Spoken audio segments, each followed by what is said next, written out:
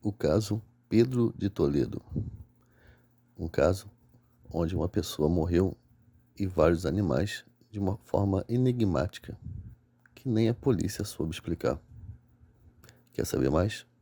Pegue seu café e vamos para a história.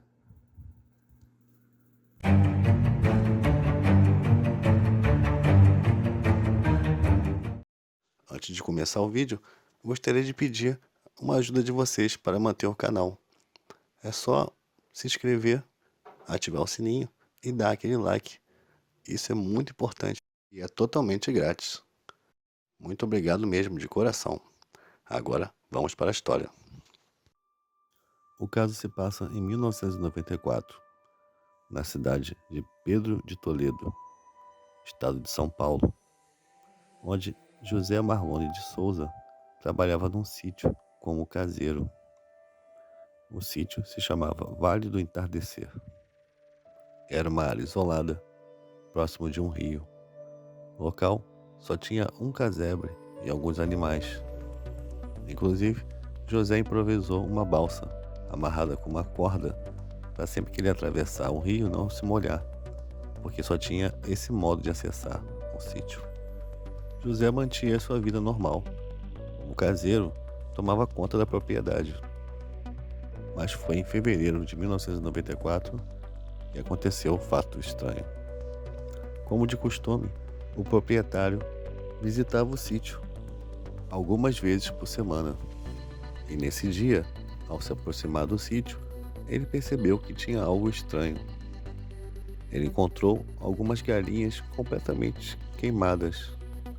Ao atravessar a balsa, ele encontrou a casa fechada e, ao chamar, José não respondeu.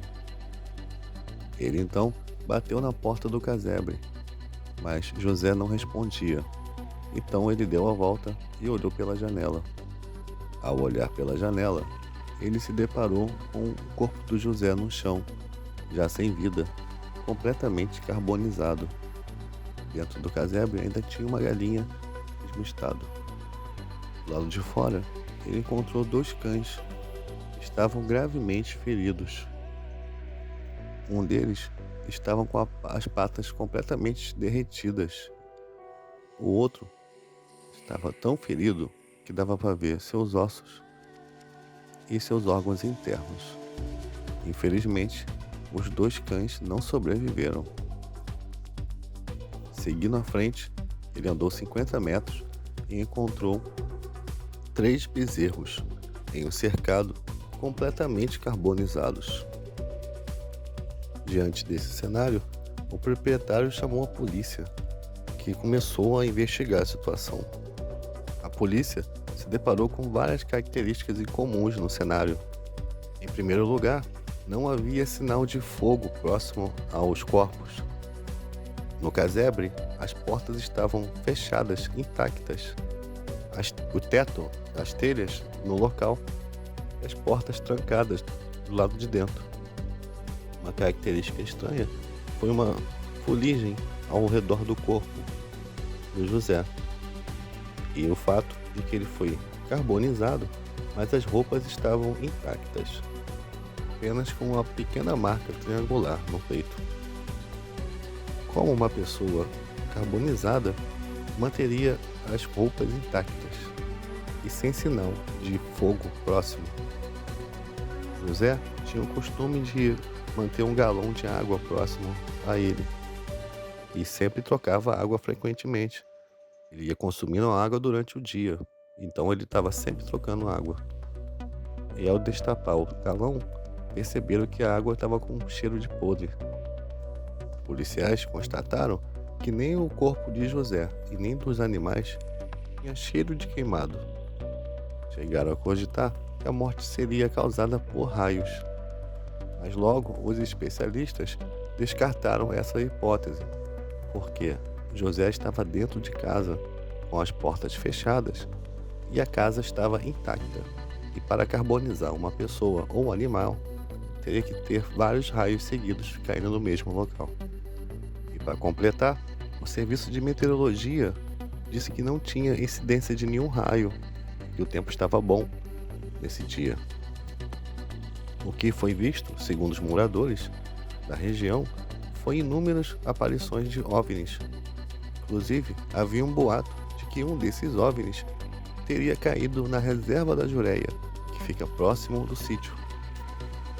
Ufólogos, quando ficaram sabendo do caso, quiseram investigar o corpo e procurar por vestígios de radiação. Segundo a polícia, quando o proprietário do sítio buscou informações sobre familiares de José, eles disseram que José vinha do Ceará fugido, pois ele cumpria a pena por assassinato do próprio pai. Os ufólogos foram no cemitério, onde supostamente o corpo de José estava enterrado, mas descobriram que lá o corpo nunca esteve. Eles descobriram que, na verdade, o corpo foi levado para a Unicamp, em Campinas. A Unicamp disse que nunca esteve de posse do corpo de José. E os cartórios da região não foi encontrado a certidão de óbito. Outras universidades paulistas foram consultadas, mas nunca mais foi encontrado o corpo de José Marlone. Infelizmente, algumas evidências poderiam ter sido analisadas para poder esclarecer o que aconteceu com José Marlone, como, por exemplo, a água com cheiro de podre, a fuligem branca em volta do seu corpo e se havia radiação no local, e também o laudo da autópsia dele. Infelizmente, vamos ficar sem essa resposta, pois existiu um acobertamento muito grande em volta desse caso, o que já é familiar para aqueles que acompanham os casos ufológicos. A atividade intensa de OVNIs na região deu também a entender que poderia ter sido uma vítima de um OVNI, assim como o caso da Ilha do Caranguejo, onde alguns pescadores foram encontrados em uma situação parecida. Foram queimados, mas com as roupas intactas. Será que José foi vítima de seres hostis? Será que tem alguma relação com a queda do OVNI na reserva da Jureia? E ele se deparou com os tripulantes da nave? Infelizmente, esse caso continua sendo um enigma. E você, o que achou desse caso? Será que foi mais um caso de vítima de alienígenas hostis? Deixa aí seu comentário, se inscreva no canal, dê aquele like para ajudar o crescimento e ative o sininho. Muito obrigado e até a próxima.